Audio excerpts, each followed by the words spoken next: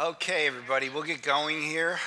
Good to have you here tonight. It's a gorgeous night out there. Did you not get one, Katie? Roger, can we have some? Katie needs a handout if you've got one. Anybody else need a handout? Okay, Katie's the only one. You're getting one now. But glad to have you here. Hope you're having a good week this week. It's already Wednesday. Seems like I just saw you guys a few days ago. So hopefully you've had a wonderful week and glad to have you here. We're going to get back into this, but this Sunday, I invite you out for Mother's Day. I can't believe it's already Mother's Day. It's crazy how time's flying, but we're going to come. Isaac's actually going to do the message that I was looking at some of his notes, not approving them, just looking over them. And he's got some good stuff coming Sunday, so I hope you can make it and just be part of the service on Sunday. It's good to see a lot of guests here last Sunday, and for those of you who are here, it was a great day, great worship, just great community. It's good to be part of this church, and I hope you feel that as well. We just had our prayer group at 6 o'clock. Again, if you can make it, I want to come a little earlier. It's a great time to come out. And we got a lot of people hurting right now in our church, and we just want to keep them in prayer as we kind of go through our days. Because that's what we're called to do, not just learn about Christ and learn about who he is, but to actually be the hands and feet of Christ to one another. So anyway, let me pray for us, and then we'll jump into this lesson for tonight. God, thank you for tonight and for the opportunity that we have to come before you and to just simply learn more about you, where we can see Christ in the book of Job. And tonight as we look at this somewhat infamous book, we ask that you'll guide us and you'll give us some clarity and you'll speak to us. We're always destined and we're always searching for life change. And we're always searching to where we can take another step closer to you and become more like you. And tonight was no exception. And tonight is not just a time where we fill 45 minutes, but it is an encounter with your word. It's an encounter with the book of the Bible that is older than most of us really probably think, but yet it has such a relevant and unique approach to this timeless issue that we all face. So tonight as we get into this, I pray that you pray for some clarity and pray for some wisdom. And we want to remember those in our church who are hurting right now, who are dealing with a lot of physical ailments going on. And as we've prayed already, we ask that you provide comfort for them, your presence, and that you might guide them as they kind of journey through this part of life. And just may we be a church to them. May we be a community, and may we extend ourselves to each other. So again, thank you for the people who are here tonight, and give us a wonderful time as we jump into your word. In your son's name, amen. All right, I need to start with a confession tonight. I forgot all my notes tonight. I was packing and I brought everything except that and my Bible. So I apologize because I know a lot of you notice on Sunday I usually don't use notes, but it's a different approach on Sunday than it is on Wednesday nights. And there was some good stuff in there.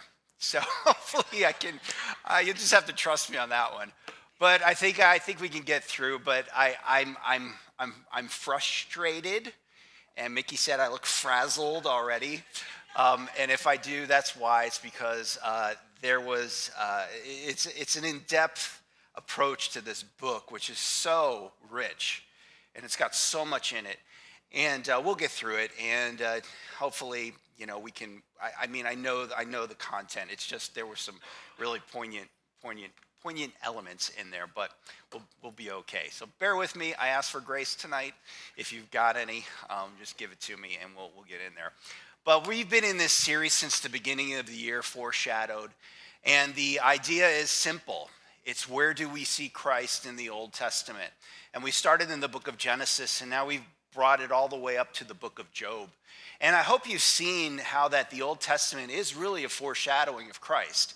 It's not this segmented part of the Bible that is so separated from the rest of who Christ is, but the values, the characteristics, the essence of who he is found even in these books that were written thousands and thousands of years ago before they really knew anything about the person of Christ. You could see him there. You could see his characteristics and just who he was throughout there. And I think some of them have stood out to me. Obviously, Genesis, when we talked about the bruised heel and the crushed head, the one Isaac did on the holding the serpent in the wilderness. And throughout them, sometimes they're a little hard to find, but sometimes they're right there. And today, we're getting to this book that we've gone through the historical books, and this kind of takes us into the book of wisdom, which is Job, Psalms, and Proverbs. And it kind of switches a little bit, because where we're going to see Christ tonight in the book of Job is in, first of all, the way Job looks or desires Christ, even without knowing who Christ was, but also in Job himself. And we'll get to that in just a few moments as we jump in. So the book of Job, before we get into seeing Christ, let's talk about the book of Job first of all. Now, my guess is that many of you know about the book of Job. So what comes to your mind when you think about the book of Job? Extreme frustration, suffering, trials. Yeah, we are familiar with the story of Job. And so let's kind of look at the overview, because when I was a kid, I learned about the book of Job, but mainly all I learned about was that Job went through these trials, and all of it was pretty much contained in chapters 1 and 2. I never really knew about the other 40 chapters of the book of Job, which has a lot of information in it. But this book, to me, is one of the most, I think, relevant books in the Bible. It's actually one of the oldest books. It's estimated that Job actually lived during the time of Abraham. And even though it's moved really far into the Old Testament, it's estimated that he was during the time of the patriarchs. So the book is not relevant like we would think when we go through Esther. We just finished Esther a couple weeks ago, that Esther and Job somehow must be close together, but they were not close to each other at all as far as the timeline goes. This is a very, very old book, but yet the issues that it deals with are so relevant. I mean, the questions that we have today are so powerful in terms of what Job was dealing with as well. Because what Job is dealing with is not understanding why life is turning out the way it's turning out. This is the essence of what he's frustrated with. Extreme frustration, like Dean said. Because he's serving God, he's trying to do the best he can, and he cannot understand how come life is so frustrating when I'm trying to do the best I can. And this book represents, I believe, some of the most relevant issues that we face in our spiritual lives, because a lot of people will leave God, they will leave Christ, they will leave the church, they will leave Christianity because of the issue that Job is dealing with. A lot of people can handle bad theology. A lot of people can handle loud music or bad music. A lot of people can handle churches that, if they're not friendly. A lot of people can handle things that, maybe should be an issue. But what they can't handle often is not being able to reconcile their life with the idea of what a Christian life in their mind is supposed to be. And this tension or this friction is so prevalent because it's been so prevalent for thousands of years. In fact, a lot of the messages that I deal with or I think about, a lot of times they all kind of lead back to kind of this kind of tension in some form or some way. I mean, even Sunday when we're talking about the table and we're talking about coming to the table and coming with regardless of what's happening because God will accept you. Many people won't come to the table because they have issues that are going on in their lives that they can't reconcile with God. And it is a powerful, frustrating life if we don't look at it from the holistic approach of what Job finally gets to. Now, tonight isn't going to be necessarily about that, but there's so much richness in this book about coming face to face with this question and the tensions that we all deal with. And so where we find Christ in this actually addresses this to some degree, but this book to me it really speaks to me, honestly, because there's so much in life that I don't understand, or so much in life that I think should turn the way it should turn, but it doesn't. So let's talk about the overview of the book. And tonight I have pictures. So we're going to have pictures. There's picture number one. And we're going to go through 4 segments of the book of Job. And this is the setup. Basically, this is what most people know about the book of Job, because Job chapter 1 and Job chapter 2 is mainly the story of Job, mainly the story of his trials. So in chapter 1 and chapter 2, we're introduced to this man Job. He's a righteous man. He's an upright man. He fears God, and he turns away from evil. So he's a good guy, right? Well, we move away from that, and then we're brought into kind of the heavenly realm. And there's this thing going on where Satan and God are kind of looking at Job, and Satan comes to God and says, well, the only reason that he is following you is because he's hedging himself against your goodness. In other words, he's wealthy, he's got a really good family, he's got a lot of sheep, he's got a lot of cattle, he's got a lot of servants, he's doing very well off. And because he's doing very well off, that is why he is following you. Now, this fits right into our common belief that many people, hey, he's doing what's right, because he's doing what's right, God is blessing him. So Satan says, well, all right, well, I believe if I take away a lot of this stuff, that he's going to turn against you. So this first wave of trials comes.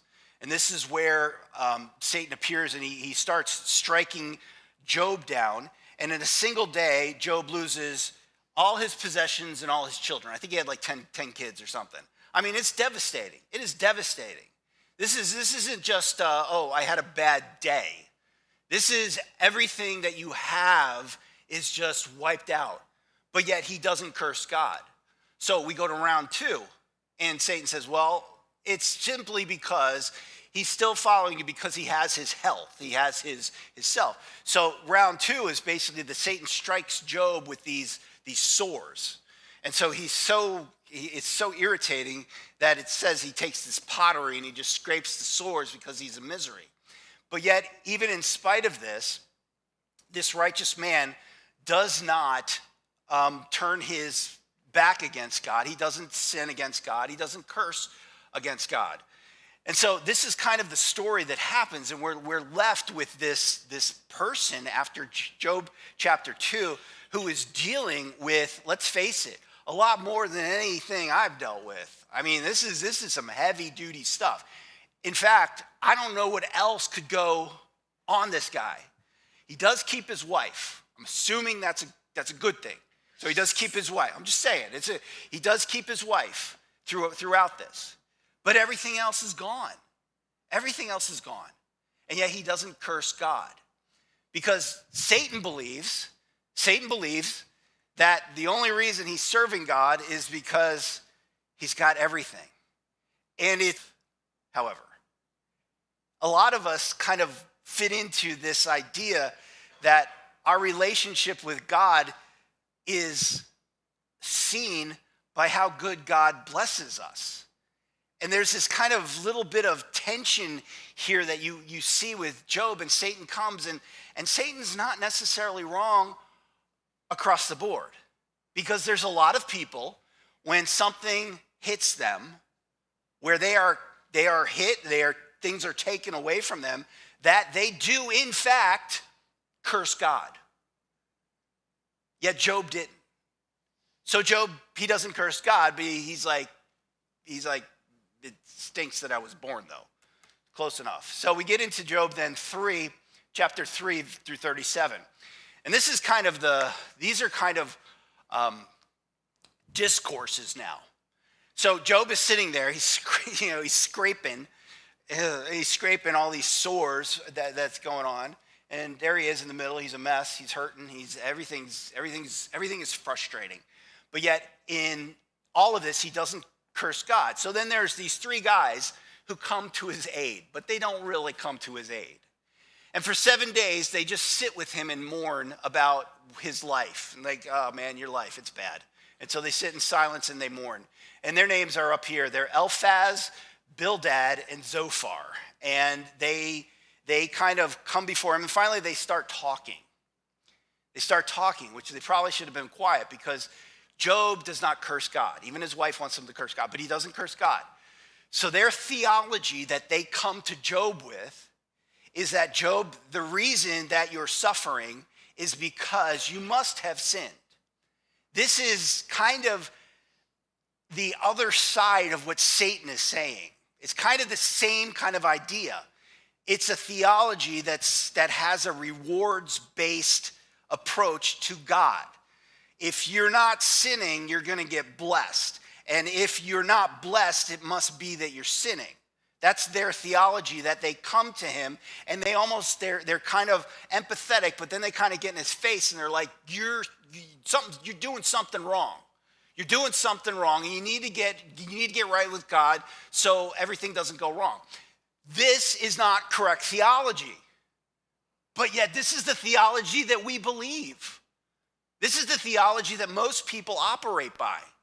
If something goes wrong in life, it must either be that God isn't blessing me because God doesn't like me, or I've done something wrong. And most people's reaction when we get to this kind of place is we curse God. That is the norm. So Satan and his friends, the theology is so funny, sad funny, that it's so obvious that this is coming from Satan and from these three friends who are kind of out there, and yet it's the theology that we operate by today, 2026. How many of us have questioned in our mind this idea that if something's not going right, God, what are you doing to me? Why are you doing it? God, what? I'm trying my best, and it's frustrating, and we basically at times, maybe not physically, but at times we separate us, we distance ourselves from God because of this simplistic, bad theology. That's what it is. It's simplistic, bad theology.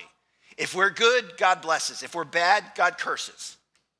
That's what these three friends are saying for like 30-some chapters of this.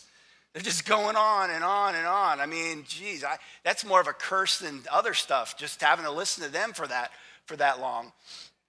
So they go on, and finally, after a little while, there's this other dude that comes in, and his name is Elihu, and he has a kind of a different approach to it. He kind of comes at the end. He's kind of the fourth guy.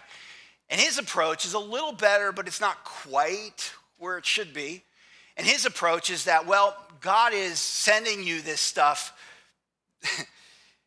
because he's just trying to help you. He's trying to prevent really bad stuff from happening, or he's trying to strengthen you. You ever heard that one? You know, it's okay. You're going through it because you're going to be stronger on the other side.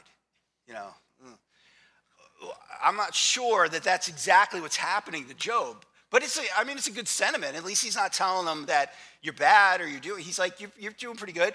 Job, meanwhile, he's holding on tight to the fact that he hasn't done anything. That's his take on it. He hasn't done anything that warrants this. And even so, he goes into this place where and we'll get to in a minute, where he's like, I just want an audience with God because I want to talk to him. I want to plead my case. I want to have God understand where I'm coming from. So this whole section of Job 3 through 37, it is a laborious interaction between Job and these guys. And it's filled with just such bad theology. But it's the theology, again, that many of us operate under. We're good, God blesses. We're bad, God curses. And if things bad happen in our lives, we must be bad. Or God looks at us as bad. But that's not what's going on, because all of a sudden then in chapter 38 through 41, God shows up. He's been silent up until this time. He's been silent. He hasn't really shown himself. He hasn't really brought him his take on this. So finally God shows up. Now again, this is a rendering, so that's not really what God looks like, but you get the idea. So God speaks, and he basically tells Job, he says, we got it up here. He says, then the Lord answered Job out of a whirlwind. So he just didn't come at this time in a still small voice. He's like, all right, Job, now you're going to hear me, and you're going to hear me good. And God questions Job. He says, okay, you're over here in your world dealing with this. And you think you're trying to figure it all out. You're trying to understand all the little pieces that go into your life and what's happening. And you think you got it figured out. Your friends, they assume they got it all figured out by this simplistic theology of saying, hey, good, if you're good, you'll get good stuff. If you're bad, you get bad stuff. He says to him, where were you when I laid the foundations of the earth? In other words, hey, you've been around how long? Where were you when I took the complexity of this world and everything that went into it and pushed it together and made it into something? Where were you at that point?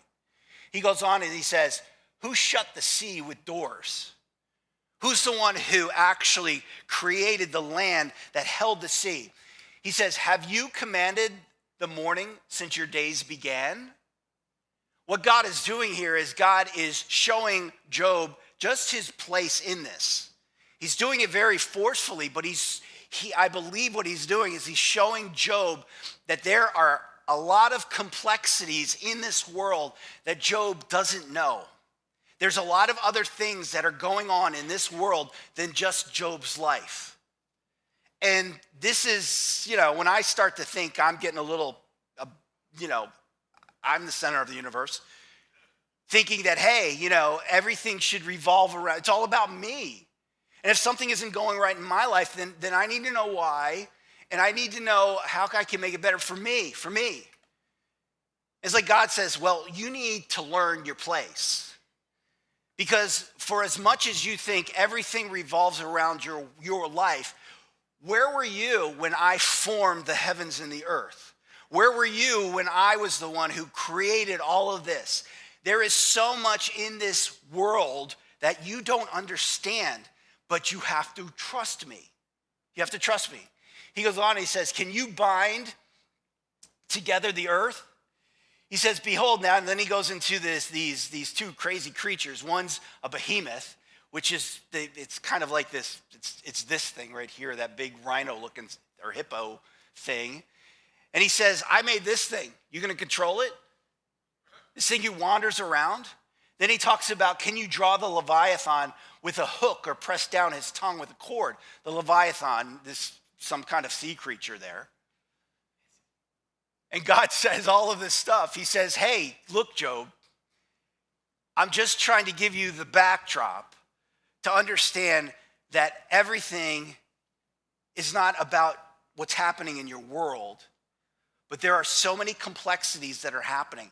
And the lesson is very, very understandable for me, is that there is so much happening in this world that is not about me. The complexities of even in this room, the complexities of what happens in your life and how it affects me. It can be something as simple as I come in and you don't say hi to me the way I think you should say hi to me. So what I do is I assume that somehow you don't like me anymore, or somehow that I did something wrong, or I said, are you mad at me? And maybe you just had a bad day. Maybe it has nothing to do with me. It probably doesn't. But we're so focused on our world, and yet God shows up and listen. Rather than think about, hey, what's wrong with me? Am I hurting people? Why don't they like me? Maybe start to know what's going on in other people's lives. Hey, are you okay? Is something hurting? Has something happened?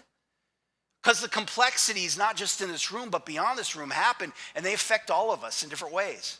And God puts Job in his place and says, look, you need to understand, there's a lot going on here. And then the story ends. As you know, this is where, when I was a kid, the flannel graph picked up again with Job, and he's happy because God restores all of this. The Lord blessed Job latter days more than his beginning. And then the Lord answered and said, I know that you can do all things. No purpose of yours can be thwarted. That's what Job said to God. And, I often wondered about this. This is just a sidebar. But yeah, he got like more kids. That was the one thing I often wondered, emotionally. How are these kids better than the first round? It's just the way I think. I mean, cattle, that's another thing. But it's just one of those things. I wonder if he held in his heart, the fact that I missed the first round as well. But anyway, the restoration and reverence of Job, and that Job did not sin through this whole thing, and that he followed. So that's kind of a nutshell of the book of Job. A lot of stuff in there that we could hit. But let's turn then to see where Christ is. And remember, I said there's elements where Job is looking for Christ, and then there's elements where we see Christ in Job. So the first three here, that is where we see the elements of Job looking for Christ. He's longing for a mediator. So in Job chapter 9, this is again in the middle of this conversation between Job and the other three. Job says this. He says in Job chapter 9, 32 to 33. He says, "For he is not a man as I am, that I might answer him." He's talking about God here. "That we should come to trial together. There is no mediator between us who might lay his hand on us both." What he's longing for at this point is in the middle of his tension, in the middle of his frustration, he wants to approach to God. He wants to address God, but he feels like God is so separate from him that he needs a mediator between him and God. Without knowing it, he's referring to the mediator that we have, which is Christ. The way we approach God is through Jesus Christ. And so you see this essence of Christ even here before Job even understood what he was asking for. But the next one is probably a little bit more clear cut, where we see that not only is he looking for a mediator, but he is desirous for an advocate. And in Job chapter 16, 19 through 21, this is Job talking. This is where he wants a trial. He wants to come before God. He says in verse 19, "Even now, behold, my witness is in heaven, and he who testifies for me is on high. My friends scorn me," great friends, "and my eye pours out tears to God," obviously, "that he would argue the case of a man with God, as a son of man does with his neighbor." So what he's looking for is someone who will take up his case before God and present him, not just talk well, but stand up for him. This is an advocate. In 1 John, I think it's 1:21, I believe that's the reference, it talks about how Jesus Christ is our advocate. He is the one who stands up for us, not because of what we've done, but because of what he did. Job here is referring, and he's referencing a resurrected Christ even before Christ even is mentioned. This is the time of the patriarchs. And yet he's realizing that for him to come before God, he needs someone to stand up for him. He needs someone who will take it upon himself to basically stand in and support him. And this is what Christ does for all of us. That he is our advocate. He is the one who, when we fail and we're the ones who are basically turning our backs against God or are denouncing God or are frustrated with God, he's the one who stands in and says, listen, they can be forgiven not because of what they've done, but because of what I did for them. And the advocacy here is so powerful. And this verse is so powerful because if you can't see Christ in here, that he would argue the case of a man with God. Who was arguing our case? Who argued our case? It was Christ. Christ argued our case before God when he gave his life for us. The third one here is that the hope of a Redeemer. And this is, you've heard this one before in Job 19, 25 through 27. He says, "For I know that my Redeemer lives." You've heard that. Do you know it came from Job? Job in the middle of this argument or whatever it was going on.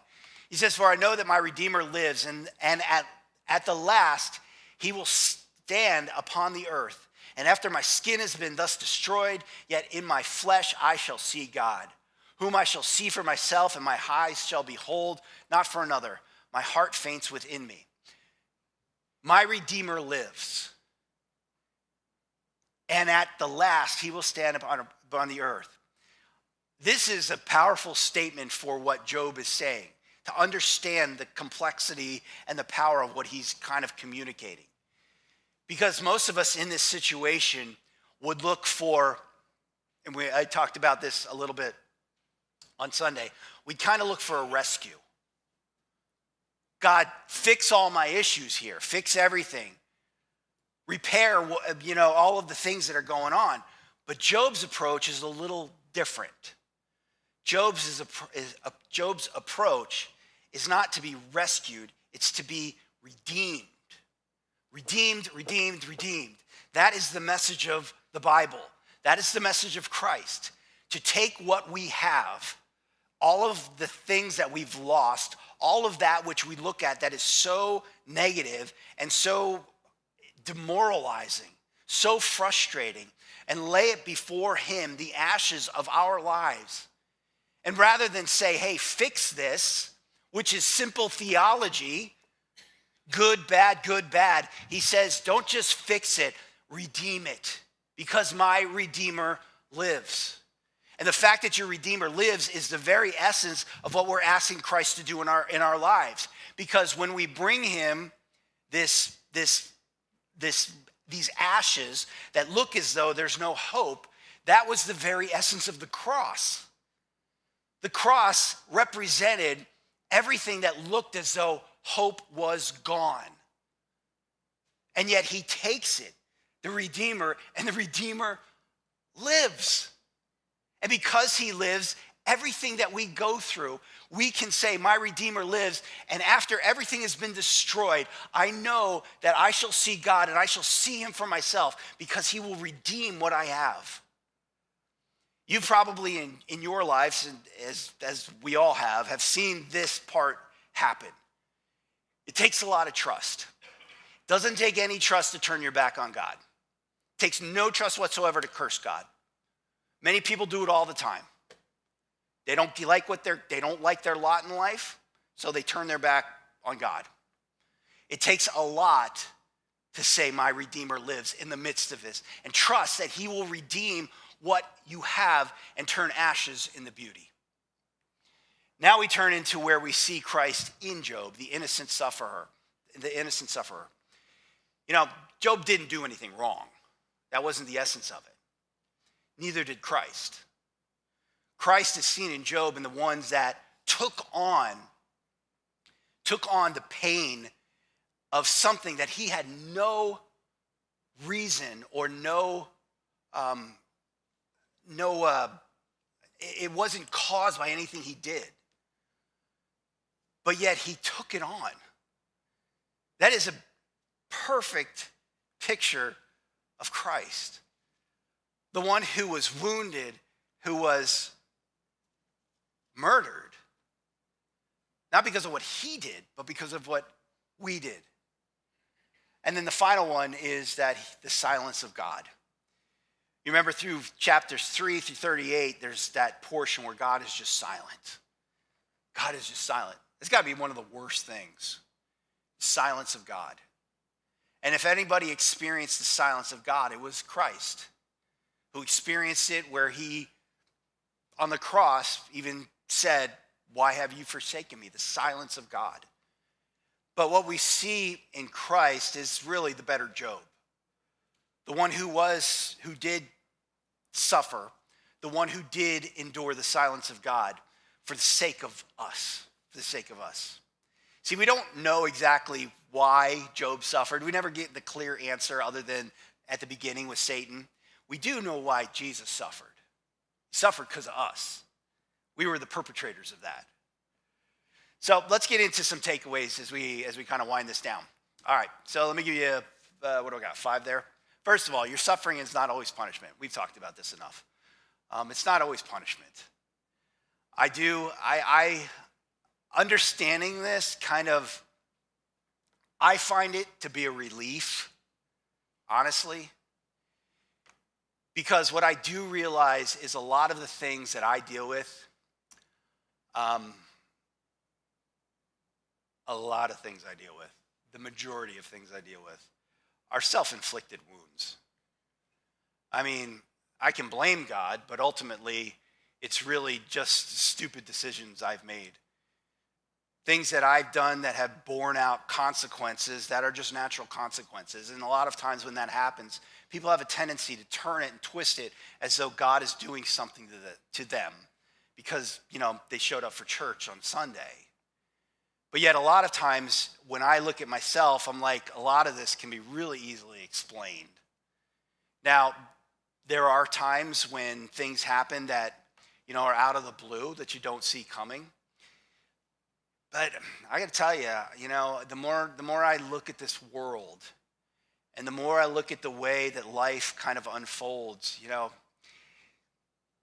it's a messed up world. It is a messed up world. And somehow we've adopted the theology that what Christianity means is that we're going to somehow get out unscathed. And it just doesn't happen. I mean, we deal with physical issues because of the brokenness of this world. We watch people who are hurting, who we love. And the essence of this is we kind of then just turn it towards God as though all we want to do is be angry at God. But the freedom of understanding that suffering is not punishment. A lot of it sometimes is just the pain of this world. The best book I read on this actually was centered on the book of Job. It's When Bad Things Happen to Good People. I forget the author. The guy I think he was a rabbi, and he wrote it because he lost his son early in life, and he had to grapple with this to understand, because he was under the theology which many of us drive ourselves under, which is that, hey, I'm doing the Lord's work. Because I'm doing the Lord's work, it should, things should go well. But Job is a perfect example of this. And it's not just because we're being punished. We are dealing with issues in the complexity of this world that sometimes we don't understand totally. Our job, as hard as it is sometimes, and as, countercultural to what we want to do, is to really sometimes do what Job did and just don't curse God. Just don't curse God. And be a better friend than his other three. But anyway, the other thing is, it's okay to wrestle with God. And I really appreciate this one because wrestling with God and wrestling with issues that we have, we are taught, another simple theology says that if we are tempted in something, the temptation is the bad part of it. And so we do so much to try to avoid actually being tempted by something or wrestling around with it that we don't have anywhere to go with dealing with it. And to me, the essence of really a relationship with God is to understand that in our lives, there are going to be things that we need to wrestle around with God with. There are things that we may not understand that happen, or things that we are being pulled towards that we have to wrestle. And just to pretend like everything's okay doesn't do us any good, because we're going to break at some point. And usually where we break is where we're just fed up with it all, and it's all of a sudden everything inside of us explodes. Getting into the arena and wrestling around with what God is calling you to do is one of the most powerful things we can do. Because it doesn't do us any good just to pretend. The church is known for pretending. And that's not what Job did. That's not what God calls us to do. God calls us to be authentic and real. And I believe the more we wrestle around with God, not in a way that accuses God, or not in a way that is negative towards him, or that is disrespectful or anything like that, but in that way that we work through things, we come out so much stronger and so much more authentic on the other side. Another one, God's presence is greater than his explanations. That's a good one. I don't really think I can add anything to it. I might have had something good on my notes, but I can't remember it. But all that's saying is that a lot of times we don't understand everything. But God never promised to fix everything and to make everything okay but he always did promise to be there through it. And the through it part is a lot of times what's more meaningful than fixing it. Because the through it part feels like I'm not alone in this, that he is with me as I traverse through this life. Letter D there, Jesus is the anchor in suffering. He suffered the most. I mean, if you're going through it, he's your ally, he's not your enemy. If we could understand that he's not against us, we think, oh, Jesus, you're just not. He's our anchor. He's our anchor. And then the last one here is letter E. Hope can exist before answers do. Our hope, and the reason we can do this is because our hope is rooted in something that is not emotionally driven with us. We don't have to have all of the answers to trust. Because I gotta be honest with you, you're never going to have all the answers. And if you decide that it's too much, and you decide that a relationship with God is too much because you don't have all the answers, what you're going to be is you're going to be apart from God, not experiencing his presence. And guess what? You're still not going to have the answers. Because things just happen in life. And the question we come to at the end of this is really, as we go through life and suffering, and I don't know if anybody's going to suffer like Job in this room. I hope not. I don't think we will, but we're going to suffer. And it's not to trivialize. It's not saying, oh, Job's got it. We shouldn't feel bad because Job got a lot worse than we did, so we should. No, we can hurt. The question I think we need to come to grips with is, as we go through this, do we want God with us through it, or don't we? And if we want God with us through these trials of life and through this pain of life, then the one who connects us to God is the one we see. It's our Redeemer. It's our Redeemer. And not to trivialize anything that you go through. I know some of you probably are struggling right now. It may not be obvious. It may not be something that you want to share with everybody. It may not be something that you're proud of. It may be something personal. Maybe it's something that you created, like me. Or maybe it's just something that happened that you had nothing to do with. But it doesn't matter. You're going through it. You're going through hurt. You're going through pain. And this world and this bad theology is saying, hey, you must have done something, and God's just cursing you. And God shows up and says, hey, I'm your Redeemer. Let me help you through this, regardless of what you're going through. Because my son has been through it. You've not dealt with anything he's not dealt with. So I'd encourage you where you are to really step back just for a moment if you can. Take a breath and look at really what is happening in life. And make the decision, do I want him with me or do I want to face this on my own? Because he's not the one that's going to make or break whether or not you deal with stuff in life. Because whether you walk out of this church and never step foot in it again, you're going to hit some roads and some bumps in life, like it or not, because we all do. And my prayer for all of us, myself included, is that in the midst of it, we hold tight to God because he is our only hope. He is our only hope. Outside of him, I don't know what we have. I don't know what we have. So anyway, this is it for tonight for Job. We got a minute or two. Any comments, any questions, anything you want to share? Okay. Suffering part, just my personal experience, I feel as if it tests my foundation. Yeah. And I just always go back to Peter walking on the water. Just turn to Christ and focus on him, because he is our foundation. Yeah. Get to that point, at least the suffering. It's tolerable, but it's still painful at times. But Yeah. For those of you online, Dean was just mentioning how that when they're suffering, it kind of shakes you to your foundation. And liking it to Peter, where when Peter turned away from Christ, he sank. But when he focused on Christ, at least he had the strength to deal with it. And that's a good point. I mean, if you can't do anything, 'cause sometimes all we can do is just focus on him. We can't even smile sometimes. That's the wrestling part, but we can focus on him. Thanks for sharing that.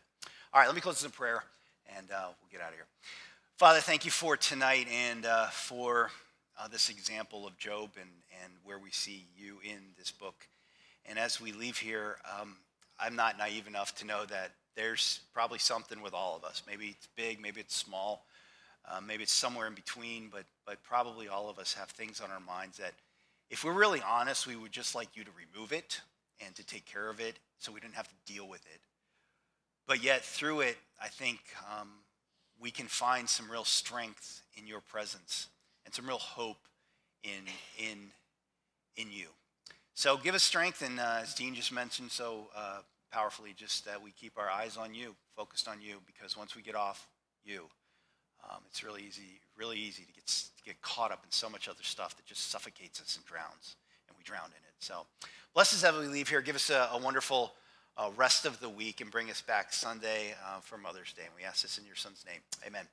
All right, everybody, thanks for showing up tonight, and thanks for engaging with us. Hope you have a great rest of the week.